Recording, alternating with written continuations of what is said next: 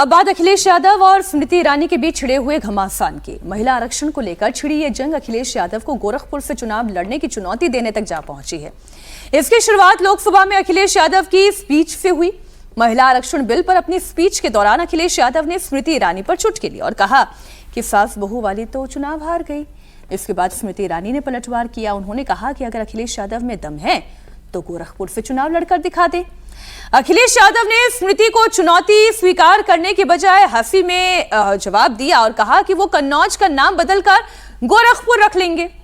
अखिलेश यादव ने क्या कहा वो आप देखिए। स्मृति ईरानी कह रही है कि आप गोरखपुर से चुनाव लड़ेंगे। मैं अपने कन्नौज का नाम बदल दूंगा, गोरखपुर कर दूंगा।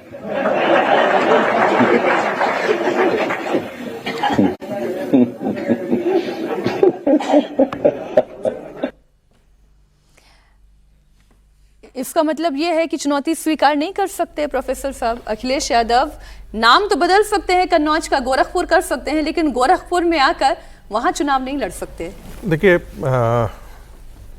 मुझे लगता है कि न वो गोरखपुर जाएं न वो कन्नौज जाएं और कोई एक तीसरी जगह चुन ले जहां पर दोनों के बीच में, कई बार होता है ना हम लोग इलेक्शन में योगी आदित्यनाथ वर्सेस अखिलेश यादव। नहीं, अखिलेश यादव वर्सेस स्मृति ईरानी। अच्छा, जैसे होता है ना कोई प्रेसिडेंशियल डिबेट होता है ना, कई बार हम लोग देखते हैं इलेक्शन में, शिक्षकों के इलेक्शन में और स्टूडेंट के इलेक्शन में, यूनिवर्सिटीज में जरा प्रेसिडेंशियल डिबेट होता है। हर मुद्दे पर अपनी राय आधे घंटे। इलेक्शन कहाँ हो रहे हैं सर? देश भर में बंद हो गए। अखिलेश यादव की जमानत जब्त हो जाएगी स्मृति ईरानी के आगे। अखिलेश यादव के व्यक्तित्व में ऐसा कुछ भी नहीं है जो अट्रैक्ट कर सके। सिर्फ वो एक जाति का कार्ड खेलते हैं, मुसलमानों का कार्ड खेलते हैं।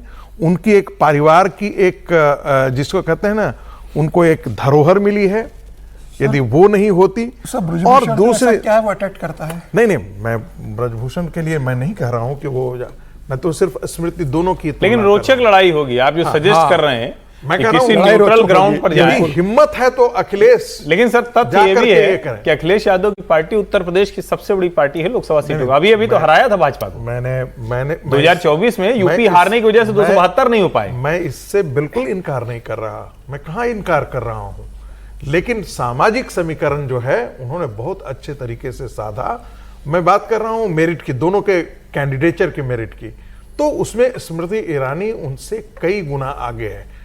इसलिए मैं कह रहा हूं कि भाई आप गोरखपुर मत जाइए, वो कन्नौज नहीं आती हैं, कोई एक तीसरा जगह चुन करके दोनों लड़ जाइए ना एक बार चुनाव। जरा ये भी हो जाए। व्यंग करना और व्यक्तिगत व्यंग करना, ये दोनों है। नीतिगत विरोध कीजिए, सब अच्छी बात है, पर व्यक्तिगत टिप्पणी नीचे उतर करके करना बिल्कुल ठीक नहीं। एक बार दर्शकों को बता देते हैं ये मसला शुरू कहां से हुआ। 16 अप्रैल को ये मसला शुरू हुआ था जब महिला आरक्षण बिल पर अखिलेश यादव लोकसभा में अपनी बात रख रहे थे। उस वक्त उन्होंने बिल का विरोध करते करते स्मृति ईरानी पर पर्सनल अटैक किया था। 33% सीटें कौन सी होंगी? आप अगर सीट रिजर्व कर देंगे, कॉन्स्टिट्यूंसी रिजर्व हो जाएगी, तो अध्यक्ष महोदय महिलाओं के बीच ही कंपटीशन करा देंगे। अगर कॉन्स्टिट्यूंसी रिजर्व होंगी तो अध्यक्ष महोदय महिलाओं के बीच ही कंपटीशन हो जाएगा, क्योंकि वो अध्यक्ष महोदय वो माननीय सदस्य कह रहे हैं कि वो तो होना चाहिए। वो सास बहू वाली तो हार गई हैं आपकी।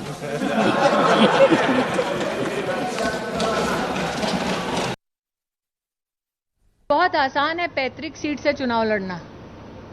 मुझ जैसी औरत ने जो कामकाजी है किसी और के गढ़ में जाकर परचम गाड़ा है और कांग्रेस के राष्ट्रीय अध्यक्ष को हराया है। तो अगर इतना ही दमखम रखते हैं तो पैतृक सीट छोड़ के गोरखपुर से लड़के दिखाएं। तो आसान होता है कामकाजी महिला पर टिप्पणी करना, और वो जिन्होंने कभी खुद कोई नौकरी ना की हो।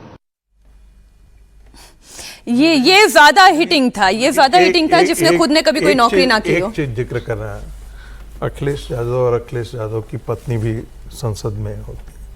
अक्सर देखते हैं कि अखिलेश यादव आगे बैठते हैं, पत्नी उनकी जब वो बोल रहे होते हैं तो पत्नी भी देखती रहती हैं। कभी उनमें से प्रतिभा की कोई एक किरण दिखी है संसद के अंदर आकर के? मैं नहीं मानता हूं, बहुत सारे ऐसे सांसद हैं जो शोकेस के लिए, दिखावे के लिए हैं, और हर पार्टियों से हैं जिन्होंने बहुत ज़्यादा बड़ा योगदान नहीं किया हो। लेकिन स्मृति ईरानी के खिलाफ जब टिप्पणी कर रहे होते हैं अखिलेश यादव, तो जरा मुड़ करके अपनी पत्नी की तरफ भी देखते हैं।